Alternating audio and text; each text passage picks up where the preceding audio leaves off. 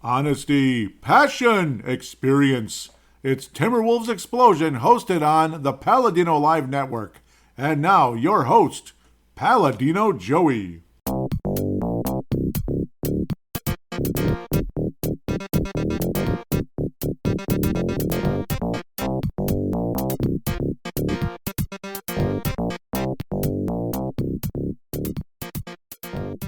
Hello again, Timberwolves fans. Are you ready for the explosion of Timberwolves basketball? I am your host, Paladino Joey, or Joey Awajan.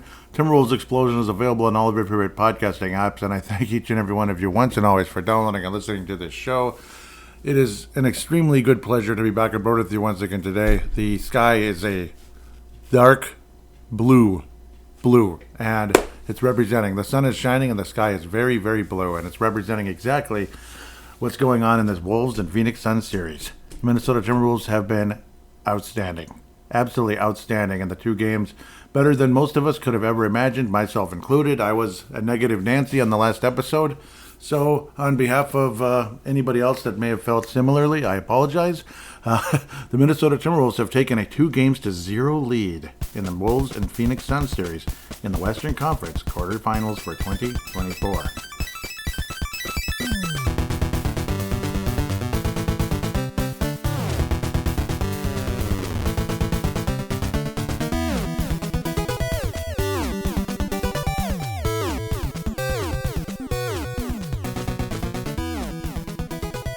As the old Twins pitching coach might have said, wasn't that neat?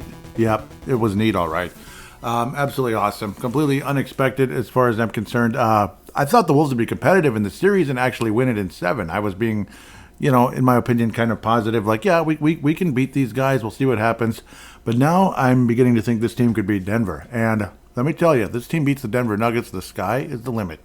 Anything could happen. This team gets past the Denver Nuggets, which unfortunately would be a road series because of this game. This goes to show you that number one seed, that number one seed. It's just, man, if only the Timberwolves could have gotten that number one seed. But the Wolves have won in Denver and have won in, what do they call that place? In OKC before, so during the course of the season. So they can do it. They can win against both of those teams in a series. You might even see the LA Clippers in the Western Conference Finals should the Wolves get to that point. Obviously, got to get through this series first, but the Wolves are in the driver's seat in this series. A 2-0 lead. All we have to do is win home games now, basically. And, well, that's kind of how it was from the get-go as well. But we don't want it to go to 7 games. If you're up 2-0, going to 7 would probably not be a good thing. It's like, shoot, obviously you'd have to lose 3 games to get there. Wally Szczerbiak, apparently. Yep, I'm watching the replay at the moment. I had been watching it, but then I must have missed this little tiny part. Wally Szczerbiak talking with Leah B. Olson. Sorry, I had to check that out quick, but I'm sorry. Yep, he says that Anthony Edwards could be the future face of the NBA. That's Wally Szczerbiak. Yep, 7 seasons with the Timberwolves, of course. Traded to the Boston Celtics during that crazy year when everything was not going so well.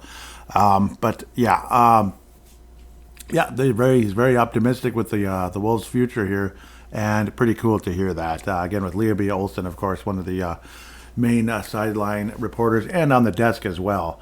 Commentators with the Timberwolves, of course, with Marnie Gellner and others. So, that was really cool to see Wally Szczerbiak, and he ended it with "Let's go Wolves," so pretty cool. He loves us and all that, so thank you, Wally. Obviously a New Yorker. He stayed in touch with all the different, players from back in the day, including Sprewell. They're watching the New York Knicks kicking the, who the heck are they even playing? Kicking that other team's butt. Yeah, but I'm sorry, I've got too much up here at once. And it's taking forever. Of course it is. It's not giving me what I wanted. They are playing against the Chicago Bulls. No, they're not. My brain is wandering. I apologize. Philadelphia. Yeah, that's right. Okay. It's like, yep. I knew it was an East Coast battle, of course, because Eastern Conference, yes, but East Coast. Cleveland is not East Coast. Miami, Milwaukee, not, you get the idea. So, yep, I knew it was one of those, like, northeastern areas, but, of course, it had to be Philadelphia. Who else is there? So we'll get to that in the second segment a bit, looking around the league, see how long I take with that. I'm not going to take forever on that. It is about the Wolves. Obviously, this is Timberwolves Explosion, and they look like a team that could go to the NBA Finals. And you'll hear that from one of the pillars of the Timberwolves explosion on social media, and of course a great friend of the show and a great friend of mine, of course. So we'll get to him in a little bit in fan interaction segment later on. Up and down series for certain players, but the point is that when this guy's down, the other guy's up, and that's what championship caliber teams do. Okay, this guy's stepping up now. This guy, maybe he's not having his night, and this guy's stepping up. Anthony Edwards, a little quiet early on in the first game and just took charge into that third quarter. Had a Carmelo Anthony-like third quarter, but honestly, I think in a lot of ways better. I think Anthony Edwards is going to be a better player than Carmelo Anthony. Was there ever a time that people saw Carmelo Anthony as a potential face of the league? It's like maybe for a minute or two, but I think Anthony Edwards really does have a chance to be one of the 5, if not 2 best players in all of basketball for many years to come. So insanely exciting as a Timberwolves fan. And again, great to hear Wally say that as well. That is our guy, Wally Zerbiak, Wally World, number 10. Now, Mike Conley's wearing that number, of course. Game 1, 120-95, completely again. Like, be honest, did you really think the Wolves were going to win by 25 points? Even the most optimistic Timberwolves fan. And one of the best things about these two games, what's one of the best things about these two games? The Timberwolves are wearing the retros. I'm telling you, and isn't it the coolest thing ever, too, when you consider how much the team struggled back in the day when that was our logo and our jerseys and everything. But as far as I'm concerned, it's like those uniforms were underappreciated because of the fact the team was losing a lot back then, and we had some negative Nancy's in the locker room, like, Leitner and Ryder and all of them. Leitner calling everybody a loser and Ryder, being too busy doing anything but basketball, basically. Just you name it, practically. And I know he would hate my guts for saying that, but I don't know. I don't think Ryder would like me very much. I don't think he would. Leitner, I can relate to him in certain things, but not much, not everything. That's for sure.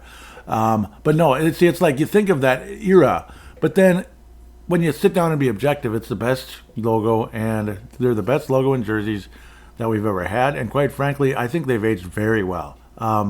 You look at that logo, does that not fit just fine in today's era? Like, if the Utah Jazz can go back to their logo and their old look, maybe, then, and in some ways, maybe a little modernized version of it in some ways, but generally speaking, the retro look, why can't we? It's why the heck not?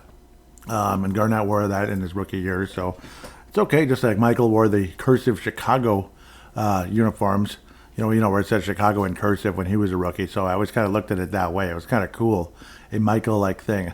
It is so cool seeing Anthony Edwards, Rudy Gobert, Conley, Karl Anthony Towns, McDaniels. You could just go on forever wearing these classic Timberwolves jerseys, and that logo is unbelievable.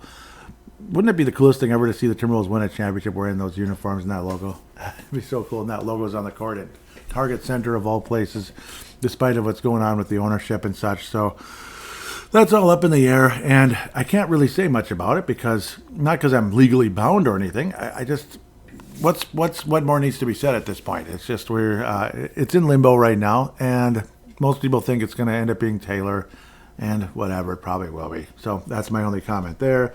120-95, delaying the inevitable but this is a positive inevitable. Nickeil Alexander-Walker is exactly what you need in a postseason. Naz Reid is as well. But again, see, Naz Reid had a really solid game 1, but he didn't have a particularly good game 2. But that's the whole point. See, other players stepped up, and we'll get to that player in a moment. Jaden McDaniels, nudge, nudge, spoiler alert, had only a 9-point game in game 1, but at least he made all his free throws. He missed both of his threes, and, just 9 points, but at least he played extremely good defense, though. See, he did the other things and such. Karl was pretty damn solid, only 5 of 9, but still very solid. And a guy who's still, again, getting, healthier and such, getting stronger, so to speak, out there on the court, his timing and conditioning and all that.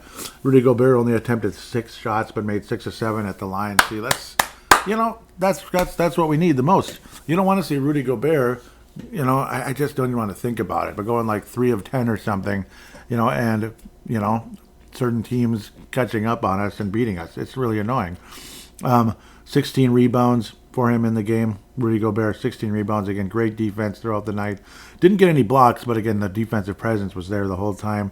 Same for Anthony Edwards. He was a mess, a little sloppy with the 6 turnovers, but he absolutely took charge during that third and into the fourth quarter with 33 points.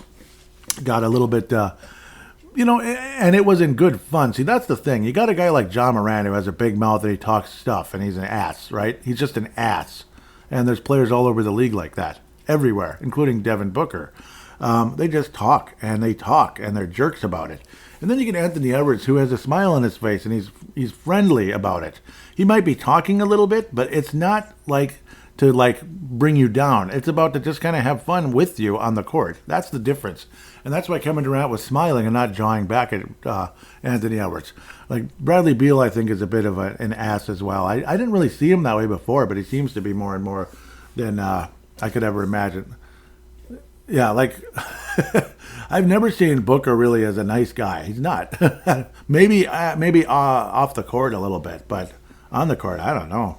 But it is what it is. I mean, maybe I'd be a pain in the ass to be around too, but because I want to win, damn it. Nickeil Alexander-Walker, 18 points, 4 of 9 from downtown, but again, the great defense as well. 4 huge steals in the game. And again, it's just all of this is such a factor. It was like a total team effort, but again, there was that outstanding third quarter per se by Anthony Edwards, 14 of 24. 4 of 8 from outside. And again, just those big momentum shots, those big momentum points and all of that. Again, the turnovers sucked, but for the most part, the Timberwolves controlled the ball pretty damn well when you consider they had 18, what did we have, like 18 turnovers in like the first half, I think it was? Wasn't it like double digits in the first quarter? It was like ridiculous. So like 14 in the whole game. So that's not bad at all. Only 2 from the bench. At the end of the day, and McLaughlin, that was just one of those like during the garbage time, as they say. Conley 7-1 assist to turnover ratio. Again, Anthony Edwards 6 assists and 6 turnovers, but he made up for a lot of that with the 6 assists and of course the momentum game that he brought. And it was a fun afternoon, beautiful day. I was outside watching the game, mobile, so it was way too nice out for me to be, even though it wasn't particularly warm, but it wasn't cold either. Like the cold weather from Friday was long gone, and the chillier weather from Saturday, chillier than Sunday, it had improved into an even nicer day on Sunday. I was outside walking around Theodore Wirth Park and all that. Yeah, so in like the woods and such. That's just how I am this time of year. If I'm not doing lawns, I'm either on a bike or out walking around in the woods if I can, which is absolutely enjoyable. So thank God for mobile media and such. Really appreciated that.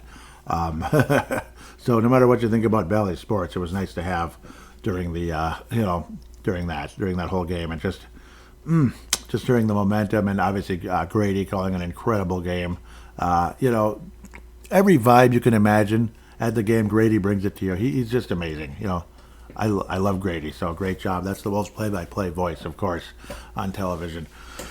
Amazing. Grayson Allen's been playing with a sore ankle, and unfortunately that sore ankle would get much more sore in game number 2, and he would be helped off the court in a kind of a, where players get tangled up. I believe it was with Gobert, unfortunately. So Grayson Allen, the highest three-point percentage in the league, and a tough, tenacious defender. Not the most popular guy in the league, but, well, again, who cares? If you're good and you make your team better, who cares if you're popular? As long as you're not injuring players and getting suspended and such, like certain hockey players sometimes, or certain basketball players, dirty players that might put their foot in your face or whatever. That's ridiculous, when you're dunking or something. It's like, come on, dude. But again, this was a wonderful day, a wonderful game, and the Wolves go up 1-0 in insanely impressive fashion. Game 2, certainly not as... and it's just crazy. It's literally like a reciprocal. You realize that? It's almost a reciprocal of the Sunday before. That was Saturday. It was a chillier day out. Okay, I got Saturday and Sunday mixed up. But yeah, I was walking around outside. It was a Saturday. That's funny. It was Saturday, the game, not Sunday. But regardless, it was still, the weather had greatly improved from the day before. Yeah. So it doesn't matter what day necessarily. Both of those days almost looked the same. That's why. It was just slightly warmer on Sunday. My apologies. But I did watch the whole game, and it was very entertaining. Again, that's tenacious, aggressive defense and offense by Nickeil Alexander-Walker. He is, I've said numerous times in this show, I want him to play on the Timberwolves the rest of his career. I love Nickeil Alexander-Walker. You just hope you don't have to fork over $25 million to keep him, but I don't know if he's going to be that expensive. I doubt it, but who knows? Who knows? But absolutely love him. Like Jaden, what are you giving him? 30. So 30 for Jaden, but he at least looked like a guy that deserved something, something reasonably high in game number 2. Definitely a closer game on Tuesday, the 23rd. Again, several days off in between games, but I guess that's okay as long as the teams are healthy and ready to go. And there's so many other games in between and all that, so especially in the first round, you got a lot of games going on, so it's easier to keep up with, I guess, rather than having 4 games at once every day, all the time, and it's like I can't keep up. It's too hard. So it's too hard that way, and then you don't really get to enjoy it as much. And again, thank God for mobile, because on a nice day, even like today right now, I don't want to be indoors. I just don't. So let me go outside, damn it. No, I'm just kidding. No, it's too chilly right now a little bit. It's like in the 30s still, I think. So kind of a chilly start to this one. I don't think you came here for my weather report. Kevin Durant did have 31 points in Game 1. Played very well, obviously. Very strong performance, but Anthony Edwards and the Wolves overcame that. Kevin Durant definitely not as good in Game 2. 6 of 15, kind of struggled. Again, Booker obviously struggled mightily in game number 1. I might want to backtrack to that. And that's been a story of this series, as Booker has definitely struggled, and it's nice to see, rather than him, beating us and jawing at us the whole game, because that's what he wants to do. 18 points in game 1, only 5 of 16. 5 of 16. Only 1 turnover, but again, was relegated to poor shooting, and just a great defense from multiple players on him, like Walker, and Anthony Edwards and such. But it's mostly been Beal and Edwards. That's been most of it's been. But again, Anthony Edwards' great shot on Kevin Durant as well.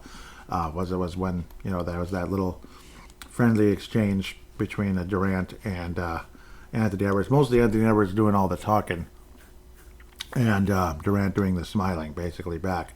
And Anthony Edwards made it clear that Kevin Durant was his favorite player growing up, and is his favorite player, basically, that type of thing. So it's like, obviously, nothing personal, and Durant obviously didn't take it personal. So I like that so much better.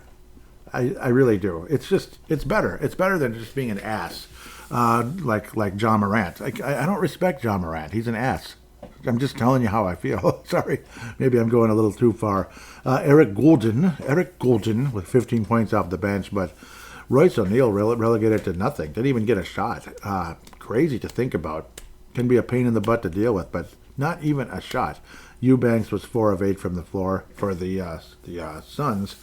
Bulls on the Suns, and they don't even use him. Josh Okogie, earlier in the year, he was getting significant time. Thaddeus Young. Wow. Thaddeus Young. Wasn't Damian Lee on the Wolves? And Isaiah Thomas used to be a massive spark plug. All these familiar names, but they're all just kind of like DNPs. It's weird. It's kind of sad, DNP, Damian Lee and DNP. Damian Lee is inactive with injury, illness, or who knows what else. But Booker, again, 6 of 13, not as bad, but 1 of 6. He opened up the game with a missed 3. 6 turnovers as well, and he did foul out. And again, and Booker and McDaniels kind of going at it. And unfortunately, Booker puts his hands up like, I didn't touch it. Yeah, you did. Yeah, you did. It's so obvious. So stupid.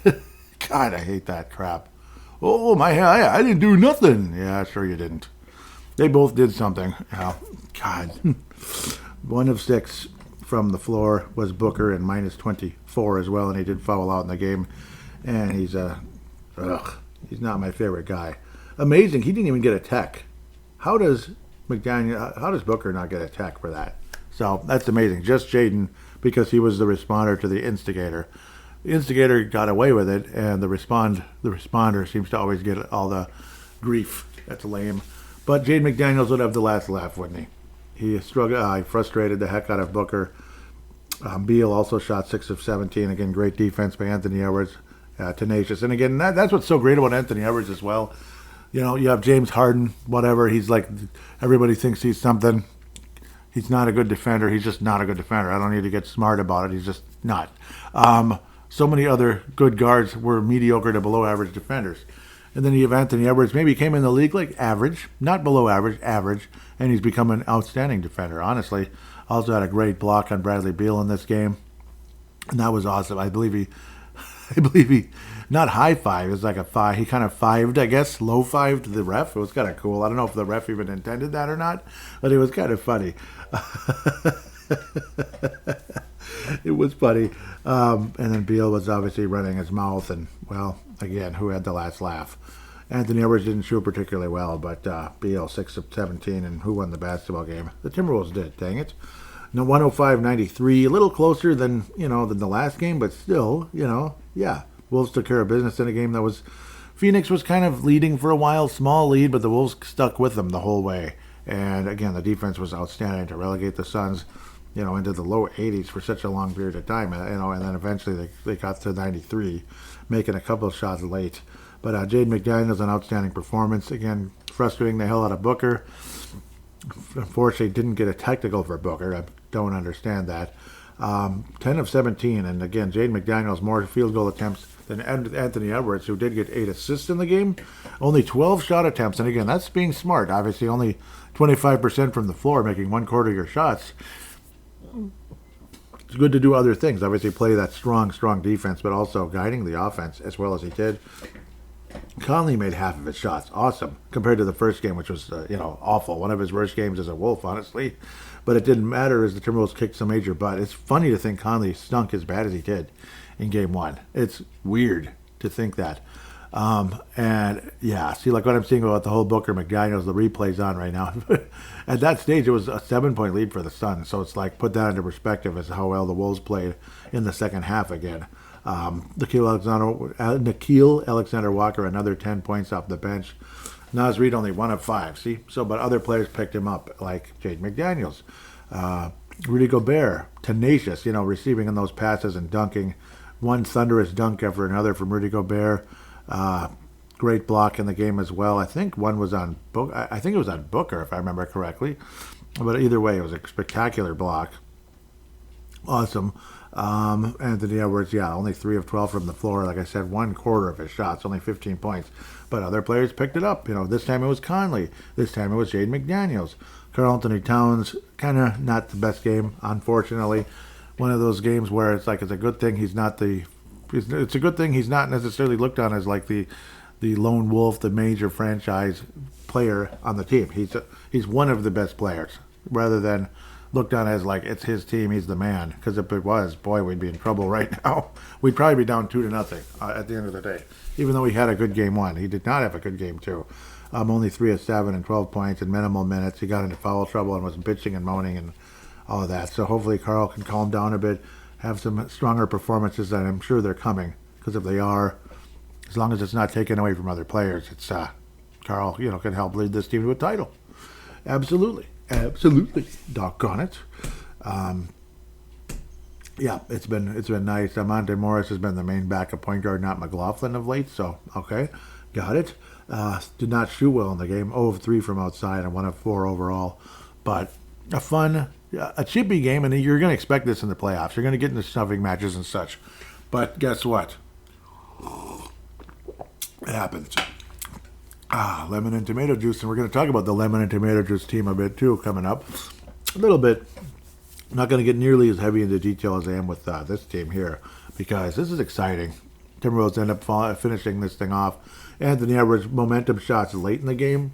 Conley with the ball bouncing in his direction and just catching and shooting it, just like outside at the court. I've had that happen. It's fun where you just catch the ball as it's bouncing away. You just run towards it. The ball bounces right in your hands, and you just release. It's nothing like it, And I'm obviously not trying to make it about me, just relating how smooth and how fun that feels. There's nothing like that. It's because I bet a lot of you out there that have played basketball many times over the years have done that as well. Maybe have that nice shot, whatever. They're kind of a natural catch and shoot at times because it's a high percentage shot. It is. If you know what you're doing, it's a very high percentage shot, and Conley obviously does. And that was fun. That was so much fun. And that was as the Wolves were really pulling away. Anthony Edwards, momentum threes down the stretch. Again, he has definitely a below average game, but those momentum threes, as I call them, were, heat check or whatever you want to call it. It's not really a heat check because he wasn't hot, but like momentum threes. It's similar to a heat check. Just like, here we go. This is that time. And then boom, it was so clutch and so beautiful. and help bury the Suns. It's just amazing, and how loud the crowd got and how great it felt. Wolves lead 2-0. The Lone Wolf Award for these 2 games is Rudy Gobert. Rudy Gobert, the Johnny Flynn Memorial popcorn maker type of thing. I'm not going to give that out in this episode. I'm not. I don't think anybody really hurt us, and I don't want to think of anybody hurting us. Don't hurt us, okay, guys? It's not going to go to Carl either. No. Carl had a pretty damn good game 1, and he wasn't awful in game 2, but he wasn't that good either. That type of thing. And I'm not going to pick on Naz Reid. Come on, Yeah, Naz Reid had a great game 1, and I think you'll have good games going forward. So with that said, great couple games here. Let's look at the upcoming schedule and the next release of the show. Who knows? You'll notice again, I didn't even say this in the introduction. Yeah, I'm recording on Wednesday because probably going to be working tomorrow outside, even though that's normally Brave the Wild if I'm doing it. And Friday's probably going to be rainy, but that's probably when I want to do Brave the Wild. I wanted to do this show because it's fresh. We'd already be getting ready for Game 3 on Friday, so I figured do it today, do the episode today, and I can make room for Brave the Wild on Friday, because that one's not as time sensitive as this one, because the Wild are not in the playoffs, so they're just not. That would mostly be just postseason type stuff, aftermath of the season with the Wild and little Stanley Cup playoffs. But so yeah, that's why I'm approaching it. That's for those of you that know I do multiple podcasts. Yeah, Game 3 is in Phoenix, of course, 9:30 p.m. Friday night. I'll be there, not there, but you get the idea. And then Sunday night, we have an 8:30. That's awesome. 8:30 Sunday night on Tint. And then Game 5 is to be decided because the Wolves might sweep them. And Games 6 and 7, are they? So Game 5 will be back at Target Center on the 30th. So I'm guessing all 3 of these, if there is a 5th game, and there's a possibility of that. I'm not too arrogant yet.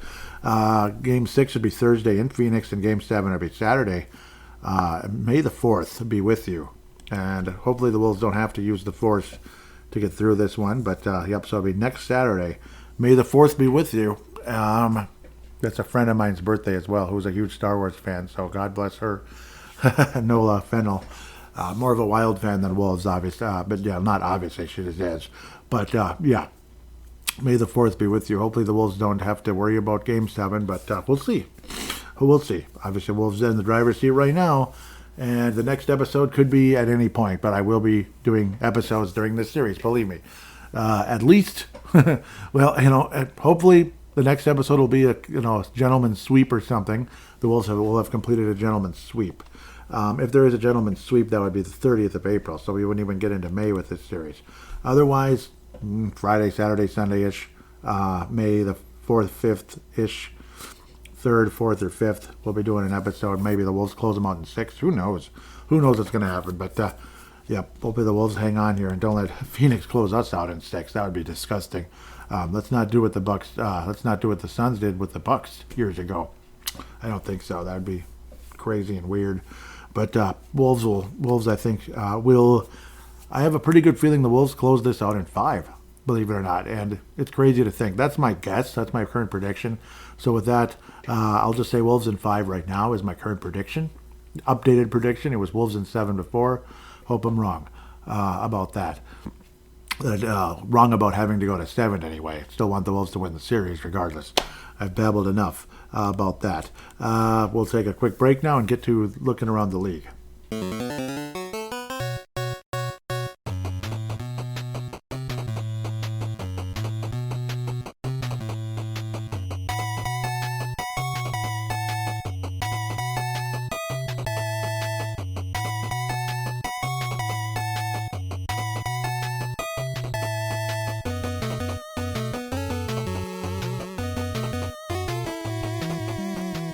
And we are back here on Timberwolves Explosion, segment number 2, numero 2, or whatever.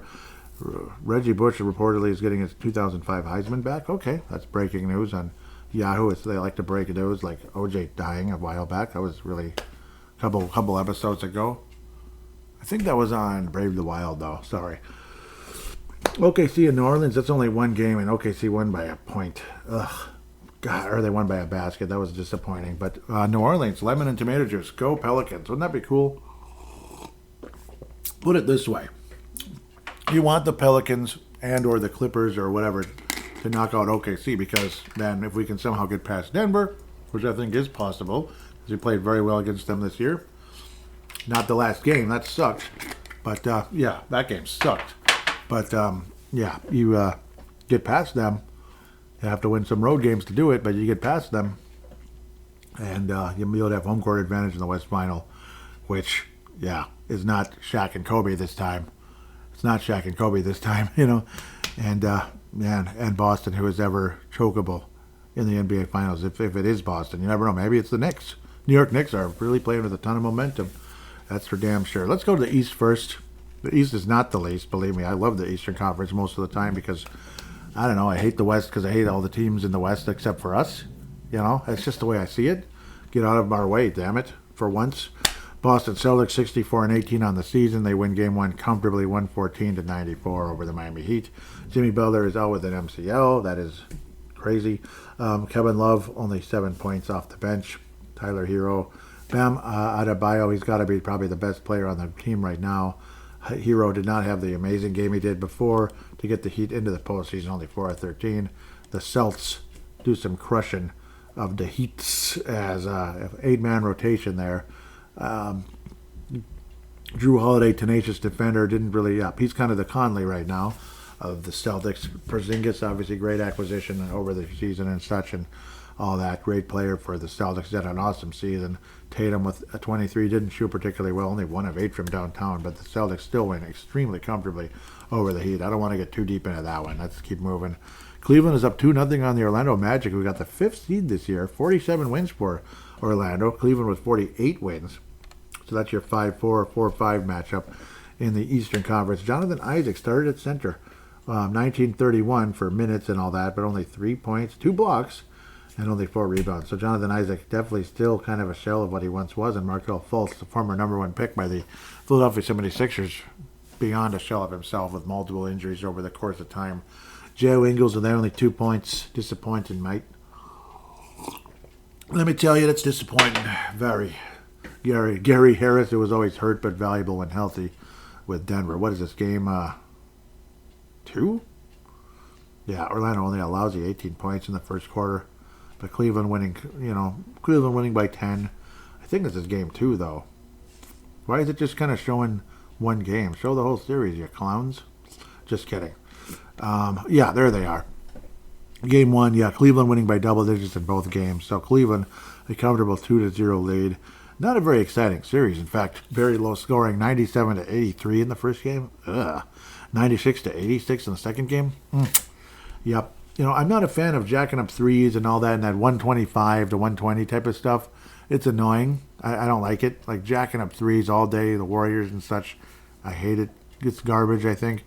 But, I don't know, this isn't pretty either. Definitely not. Yeah, ooh. This isn't pretty either. It's not. So we'll just keep going, though. Devin Booker, come on, man. The Bucks and the Pacers, this is where I thought the upset would happen, and Game 2 looks like it. Game 1, the Bucks took care of business pretty nicely, 109-94. Pretty impressive performance in Game number 1. Game number 2, I think, is telling you a little bit of what could happen in this series. I still stand by the Pacers defeating the Bucks in the first round, and I picked the Bucks to win the NBA championship at the beginning of the season. So I don't agree with myself anymore. Obviously, Giannis did not play, and his younger brother Thanasis didn't play either. As cool of a name as Giannis is, Thanasis, man, Thanasis. Thanasis took his mighty sword. And he slew the dragon. I don't know. It's pretty cool. Pacers. Pascal Siakam. 37 points. 37 points. And this is a day where Halliburton only with 12 assists, though, to go as well. He's the leading assist guy in the league and one of the better shooters. Tyrese Halliburton's one of those good ones. Turner is a guy I've been a huge fan of forever. A bit of doing everything. 22 points, 3 blocks, 6 assists, 7 rebounds. Great game. Pacers kicked the Bucks' butt. Lillard with 34, good for him, I guess. I don't know. It's Dame time. I don't know. It's Pacer time, damn it. Not Miller time, just Pacers time. It's Pascal Siakam time. Bucks with 49 wins, Pacers with 47. 3 versus 6. In this case, I do believe these 6 wins. Lillard with 35 in game number 1. Again, no Giannis. That makes things even worse, obviously, for the Bucks. It's actually impressive that they won game 1, and Lillard with 35. Patty Beverly started in the game, and I don't know, he's okay. 8 assists, good for him.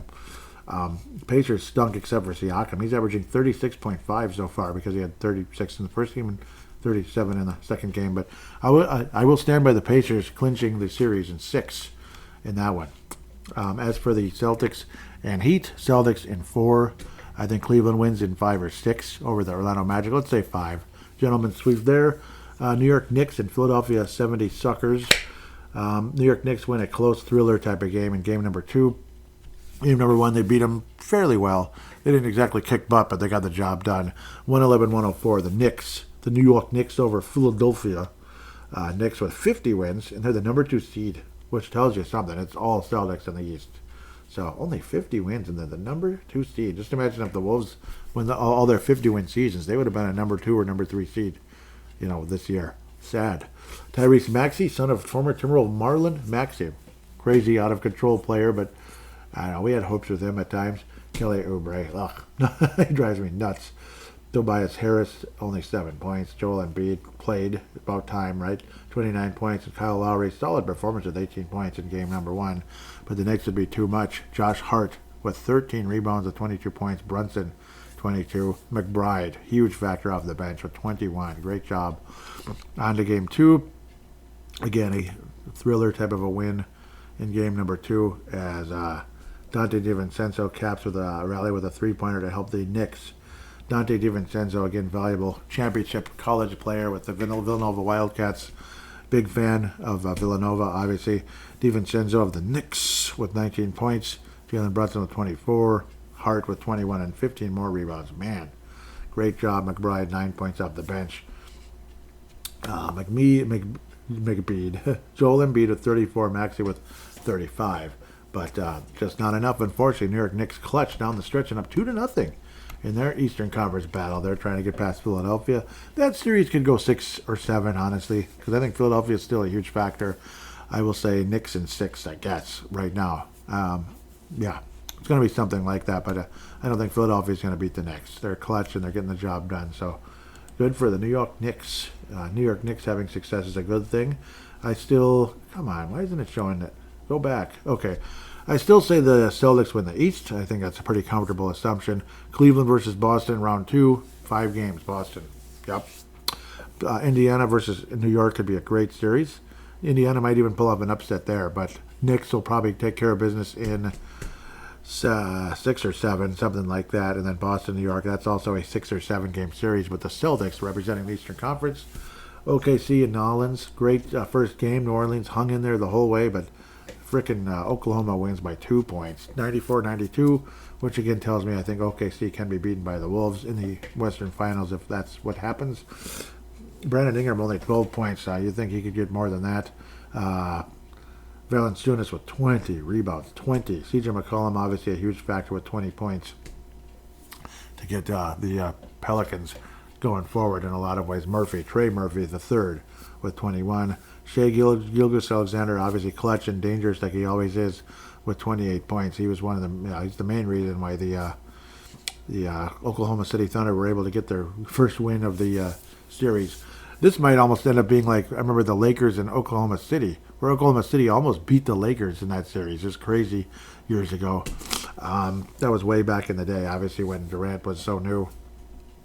And all of them, they were all young and getting going. Westbrook and all of them, and Jeff Green. But, 92-94, barely getting by. Oklahoma City will probably win that series, and it might go 6 or 7. Dallas and Clippers, I think that's going to go, I think that one will go 7, with the Clippers winning, though. I think Clippers get the job done. Very impressive first game, 109-97. They kicked their butts in a lot of ways. And I don't know, for some reason, Clippers just couldn't get it done in the second game. Only 93 points. Disappointing. But I do still say the Clippers win the series at the end of the day. Kawhi Leonard didn't even play in Game 1, and the Clippers played better than when he did, which is weird. Only 15 points isn't going to get it done. You're going to need more out of Kawhi Leonard for the Clippers to make sure the Mavericks get past, or excuse me, the Clippers get past the Mavericks. But I do believe they will. I do believe they will. I think I was picking Dallas. I'm going to LA now. Minnesota, like I said, 5 games. Minnesota, gentlemen, sweep of the Suns. Who would have thunk it, right? Denver, it might be a bit of the same. Lakers had Denver. They were winning the whole way, and they let it slip by, and it was so freaking lame. And Jamal Murray with a clutch three-pointer to beat the buzzer, and the Denver Nuggets take a 2-0 lead over the Clippers, much to my chagrin. Not happy about that. First game was 114-103, kind of, I don't know, like, yeah, it is what it is. 57 wins for the Nuggets. Yep. I do believe the other team, OKC, also had 57 wins, and the Wolves had 56, which is what happened really in my. The Wolves are third. Lakers won 47 games this year, so even the 7th seed was super good going into the, and even the Pelicans, I think, were pretty valuable. 20-point comeback as Jamal Murray with a three-pointer to kind of put them away. Or not a three-pointer, but just he hit a shot at the buzzer. I got it mixed up with DiVincenzo. But, yeah, it's disappointing. Frickin' sucks. Jamal Murray with 20 points, again, with the winning basket. Anthony Davis, great performance. And if you can get 32 and 11 out of Anthony Davis, Lakers have a chance to get past Denver. And obviously they'd be a huge threat for the Wolves, too. I'm not cocky playing against the Lakers in a second-round series. I'm not. Lakers got to the conference final last year. So that's kind of how it is at times. LeBron with 26 points and 12 assists, 8 rebounds as well in that second game. Just unfortunate. Denver, I don't like Denver very much. I don't hate them, but I don't like them. I just don't like them.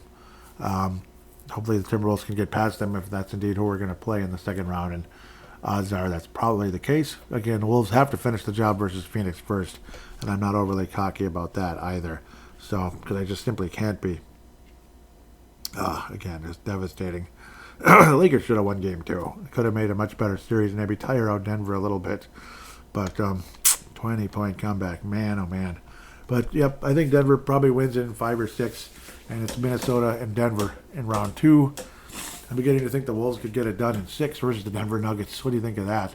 Which would then put us, in position to possibly go to the NBA Finals. I'm going to be careful about all that right now. I'm kind of sitting out on the predictions at the moment. But OKC versus New Orleans. Let's put the lemon and tomato juice right here. Lemon in the tomato juice. I said that too fast. I apologize. Lemon in the tomato juice right here. That's what I'm looking for in a lot of ways. Talking too quick, and I apologize. A little too hyper, right? So right now, I'm still kind of leaning Boston winning it, but the whole thing. But I'd love to believe the Wolves can do that as well. We're going to hear what you have to say in segment number 3, fan interaction, right after this. Are you looking for a really nice Timberwolves-related Facebook page out there with cool fans and a wonderful host? Well, look no further than Wolfpack from Flip to Finch, hosted by Scott Doherty. He does a great job. Scott Doherty's an awesome guy, and the fan base on there, obviously passionate about the Wolves, but also respectful of other people's opinions regarding the team. Check out the page. It's awesome. Wolfpack from Flip to Finch.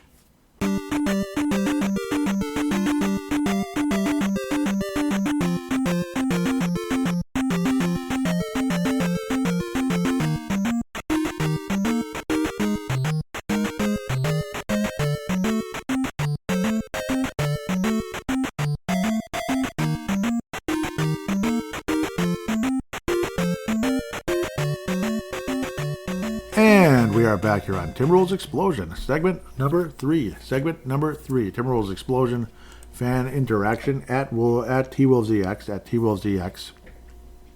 Most of the interaction is on Twitter, at least I'm pretty sure. I'll probably check the Facebook as well.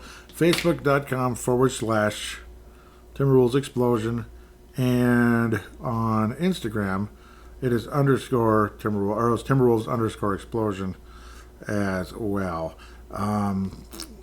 Sorry, I'm like making noises in my mouth here. That's nasty. Timberwolves. So I want to check the Instagram real quick. Here. Apologize. Yep, Timberwolves_Explosion. Thankfully, that came up real quick. I don't think there have been any update. Oh, I didn't even post the new show on there. That's bull crap of me. But yeah, no comments. Timberwolves_Explosion. Did anybody comment on the release of that Showtime T-Wolves? No. But isn't that a cool logo? It's like so simple, like the hardwood, a basketball, and all that. And it says Showtime and T-Rolls, Vince Germano and Joey Wygen. I mean, it's just, I love that. It's such a simple logo, and how quick it was to whip that up. And it's a nice logo for that show, isn't it? It really is. I love it. Maybe Timberwolves Explosion. That's the last show that. It's the show with the oldest logo now. It's got the Target Center, the oldest arena now in town. So years ago, the Target Center was like one of the newer ones. So, so we'll see. The Metrodome and all that. The Metrodome's long gone. Many years ago, the Met Center, where the North Stars played, long gone. So on and so forth. For the Facebook page, I just want to see if there's any posts. I doubt it. It's mostly all on X. Now, you can post on the Facebook page. I mean, I highly welcome it. It's got followers. It's just people don't comment on there lately for some reason. So you're more than welcome to if you're listening and you'd rather use Facebook than X or Twitter or whatever. But as for X and Twitter, here we go, at TWolvesEX. Most recent episode was retweeted, by Vince Germano, out of Melbourne, Australia. Benzo out of the Bronx in New York there. Random Hoops replied to me. I forget what I said, but yeah, I said get anted. Yep, like ants. Yep, like Anthony Edwards. Is that cool? That's cool. What's going on? What's going on? What did I post? I shouldn't be coughing so much. What did I post? Oh, that's frustrating. I apologize. There's a reason why he said it. It says replying to me. So, oh my goodness. Well, I said that was really something. We don't know what great playoff games feel like around here, at least not for eons, and even back then. Well, yeah, but Random Hoops. Okay, I guess it wasn't a reply. He's just saying something. Get ant. So he's very, yep, and that's his way of saying good job, basically. Oh, yeah, and that was my response. Yep, like saying, yeah, that was really something. And it really was. I was saying Sacramento Kings showed no urgency, terrible execution, time and time again. I guess we'll be putting the lemon in the tomato juice. At least for the first round. And yep, I'm putting that lemon and tomato juice. You betcha. You bet I'm doing lemon tomato juice. Go from coffee now to that lemon and tomato juice. Absolutely delicious. I don't know. A lot of people don't like that, but I do. Dang it. Was there a reply? Yeah, because I didn't think New Orleans would win that game versus the Kings, but the Kings just didn't show up to play at all. Where's the reply? It's showing it. So where is it? Sometimes it drives me nuts. There's no reply. What the heck? There is a response. It is not showing it. Oh, my Lord. Maybe that was get ant. I don't know. I don't think it was. I've never had a hard time like this before. Come on. I can't even look at the responses. Ridiculous. Utterly ridiculous. That's so weird. Anyhow, I don't understand it. I guess maybe he was responding to that New Orleans. That could be Random Hoops. That'd be Reese Pedretti out of Brisbane, Australia. Yep. So hopefully he's listening. I'm not sure. He might be busy with other things, but might be. Tanae Brown out of New Zealand says, yep, we look like a finals team. That being said, we need to win at least one in Phoenix. Yeah, yep. You don't want this to go to 7. But and obviously you don't want to risk the possibility of losing one here, especially the 7th game. That'd be devastating, really devastating. Today again, New Zealand says also was fun to see that fire in Jaden transferred to his play. When he pushed Booker, I thought he might completely lose his head, but no. Instead, I'm sure he grabbed an impressively strong rebound off Durant. And he grabbed an impressively strong rebound off Durant not long after. That's the guy I want. That's who we paid. Yep, and we did give him a lot of money. And he looked like a guy that should get paid a lot of money in game number 2. I agree 100% with that. Levi Brown out of New Zealand, final post here, says, I didn't see either playoff game live, and honestly, I'm afraid to start watching. Yep, I know that feeling where teams do well, and you're not watching, and then you turn it on, and then everything. I swear it's weird. It's like a superstition thing, but it like the Twins. They like have these great games, and then I finally watch, and then they just get hammered. It's like, come on. Anyhow, I didn't see either playoff game live, and honestly, I'm afraid to start watching. I think out of the few regular season games I watched, the Wolves only won one of those games! Exclamation point. Looks like the defense has been on point, and yes, they really have. It's a huge key, and the Wolves not not losing their identity in this series, and that's the point. It felt like we were losing our identity when Phoenix was just kind of rolling all over us in the games we lost to them this year, like 123, 128. Like, what the heck? What happened here? But then all of a sudden we get games like this where we get them way down into the double digits, and it's beautiful, absolutely beautiful. That's when the Wolves are playing well, and I think, what was it, like the series with OKC and the Miami Heat as well. Like the Heat, when they won their titles, kept OKC down, and when OKC won, they were scoring points. So it's like kind of similar thing with Golden State and Cleveland as well in those series. So, yep. It was wonderful to see Cleveland come back in 2016. But then once Golden State got Durant, it was like everything was kind of lopsided after that, and that was disappointing. Very, very. With that said, thank you so much for listening. Yep, again, early release today, of course, of the Wednesday show. Again, because wanted to keep this fresh, and then we can, be ready for the next episode whenever it comes. Hopefully the Wolves get a sweep or a gentleman sweep in the series. That'd be best case scenario. Would be absolutely wonderful. And we'll see. We'll see if the series is actually over next time we're podcasting, because that would probably be a good thing, right? if it's still going, oh boy, yep, this could be tough. So definitely don't sleep on Phoenix. They're very dangerous, especially heading into Arizona.